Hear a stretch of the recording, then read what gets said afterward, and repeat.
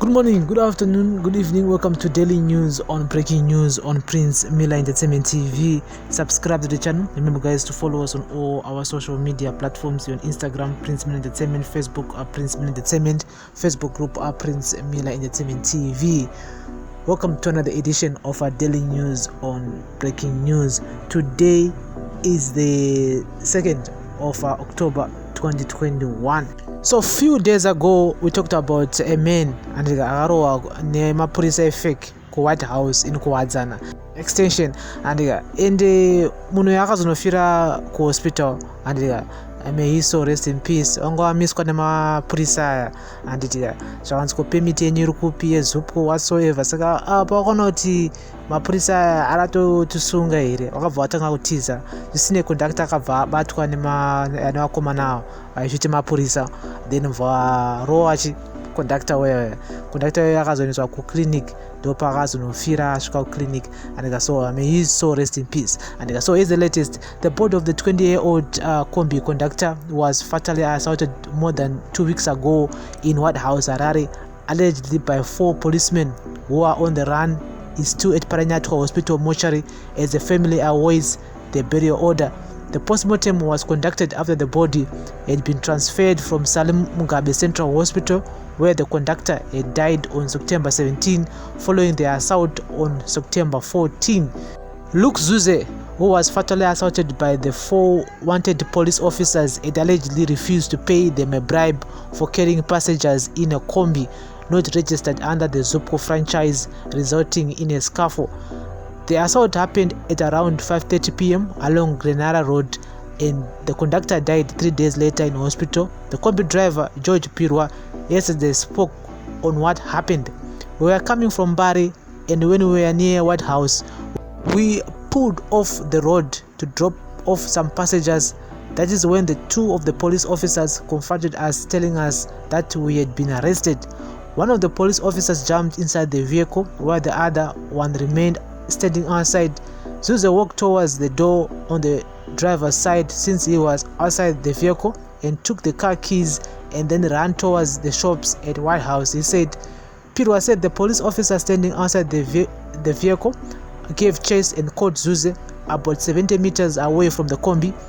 I remained in the vehicle with other police officer, and a few minutes later he received a phone call from his colleague who informed him that he had managed to arrest the conductor. The police officer then ordered me to disembark from the vehicle so that we can go to the scene where Zuze had been arrested. When we arrived at the scene, I discovered that Zuze had been handcuffed and was lying facing downwards and crying in pain. The police officer that had arrested him was assaulting him also before his colleague joining in the assault.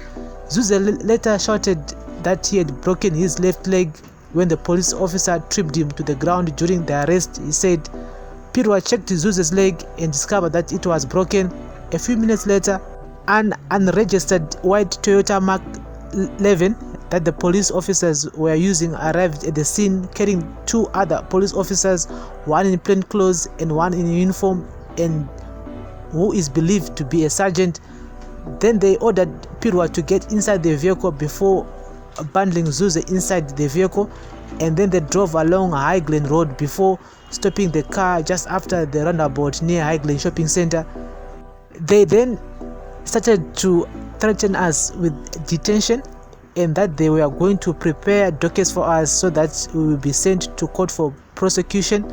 As we argued in their vehicle, I then phoned my colleague called Ronald so that he would attend to my vehicle, which I had left in Whitehouse. I ran out of airtime, and one of the police officers on the front seat asked for Ronald's number so that he would call him. He called Ronald using his mobile phone and ordered him to attend to my vehicle and would give him the car keys later on, Pirwa said. After the phone call, they then drove to Salim Mugabe Hospital, where one of the officers made arrangements to ensure that Zuze was admitted, Pirwa said.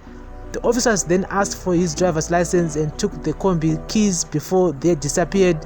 Pirwa remained with Zuze at the hospital, and the following morning he went to a police base in Whitehouse to make a report. Some officers at the police base are reported to have phoned one of the police officers who made the arrest, asking him on what had transpired. They had managed to get his mobile number since he had once phoned Ronald using his cell phone the previous day. The police officer is alleged to have told them that they were handling the case and had opened a docket at Marimba police station. He was asked for the reference number but failed to give it. Pirwa was then ordered to go to Marimba police station, and when he went there, he discovered that no such report was made. Efforts to locate these 4 policemen at Marimba police station were fruitless as they are not based at that station. Officers at the police station then opened an assault report since Zuze was still in hospital. Zuze died a few days later, and the report changed from assault to murder before being referred to CID homicide for further investigations. Pirwa said they were informed by hospital officials that for a post-mortem to be conducted, there was need for the body to undergo COVID-19 test. The test was conducted and Zuze tested positive. The body was then referred to Paranatua Hospital, where post-mortem for such cases are conducted. The forensic post-mortem was conducted on Wednesday this week, September 29, and results are expected within 30 days. The family is now waiting for the burial order. Zuze, who stayed in Wesley, is survived by his wife and 2 children, one aged 5 and a newborn baby. Just imagine, guys, just imagine a family has lost a father. Zuze angane mkazi nemwana wanangane 5 years and angane angachangozvarwa actually a newborn baby. Achazonzwa unzi baba wakafa, wakafa uchiri mudiki uchangozvarwa. Amana zvinhu zvinongorwadza. A family has lost a breadwinner there because of other people who are trying by all means kuhasla vanhu vari kuhaslawo. This is how we are as Zimbabweans.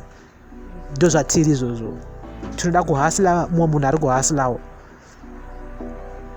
This is bad. I hope these 4 police officers, whether they are fake or they are real guys, I don't know.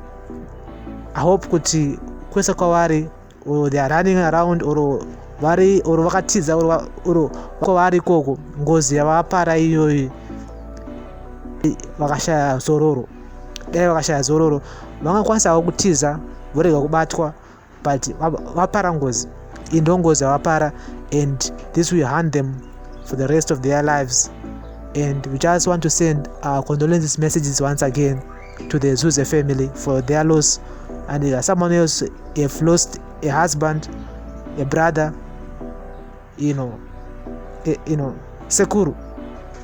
Tongoti Zora Murugare Zuze. And so guys, this is our daily news on breaking news on Prince Milan Entertainment TV. Now what you doing pano to give you guys the latest, because we talked about it a few days ago here in Zuze akauraya ku Whitehouse nemapurisa, and it's because of yezupko kuti kana uri private, you're not supposed to be on the road unless you are under franchise yezupko. But we all know kuti there are people out there who are hustling panano vakutry kurarama, and une kombi unongonayo haungazongogara pamba une kombi, unongochitongoita imwe uchitongotizo mapurisa zvidatry kuda kurarama.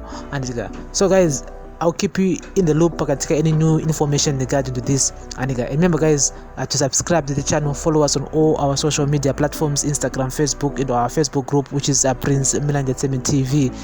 We're also on Twitter at PMilaANT. Thank you very much for listening and watching. And remember guys, to subscribe, like, share, and comment in the comment section. And thank you very much for listening and watching daily news on breaking news on Prince Milan Entertainment TV. Bless up.